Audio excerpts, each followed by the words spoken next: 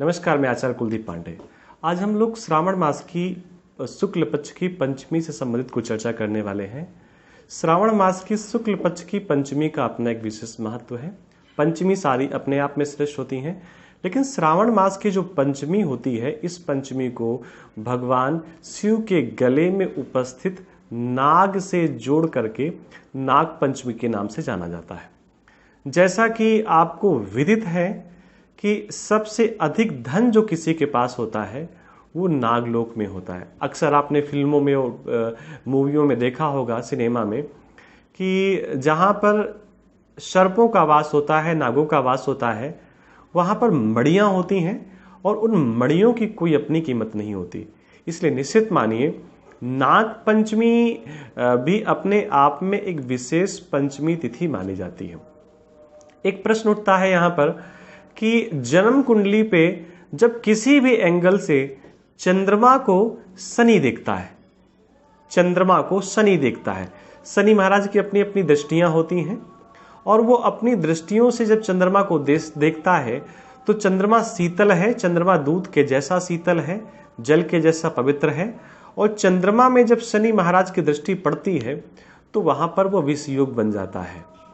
और जिनकी जन्मपत्री में किसी प्रकार का विष योग बना हुआ है, वो अगर इस नाग पंचमी में भगवान महादेव का पूजन करते हैं, या यूं समझिए अभिषेक करते हैं, और ऐसे शिवलिंग का पूजन करते हैं जिस शिवलिंग पर सर्प बना हो या नाग बना हो, तो निश्चित मानिए उनकी जन्म कुंडली में उपस्थित जो दोष है शनि की दृष्टि का, वो दूर हो जाता है।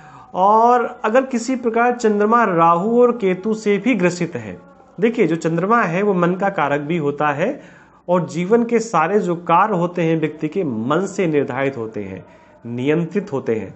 और उस मन के कारक चंद्रमा में अगर किसी प्रकार राहु और केतु का इन्वॉल्वमेंट भी हो जाता है, वो साथ बैठे हों या दृष्टि पड़ रही हो, तो निश्चित मानिए ऐसी स्थिति में चंद्रमा दूषित हो जाता है। और ऐसे दूषित चंद्रमा वाले व्यक्तियों को अगर इस नाग पंचमी में भगवान महादेव का पूजन करवा दिया जाए तो निश्चित मानिए उनकी जो दूषितता है वो कम हो जाती है, जो उसके अनिष्ट करने के चांसेस ज़्यादा हैं वो कम हो जाते हैं।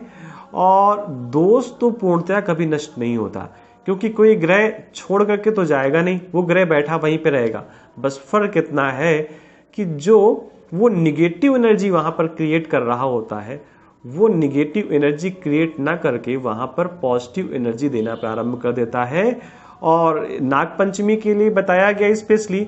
और दूसरा, ऐसी महादेव की प्रतिमा जिसपे सर्प रखा हो और उनका पूजन किया जाए तो निश्चित मानिए ऐसे दोष से आसानी से निवृत्ति पाई जा सकती है। मन में कोई और भी प्रश्न हो तो आप हमें कमेंट्स कर सकते हैं, पूछ सकते हैं। अगले लेक्चर पर हम उसके बारे में चर्चा भी करेंगे। तब तक के लिए नमस्कार।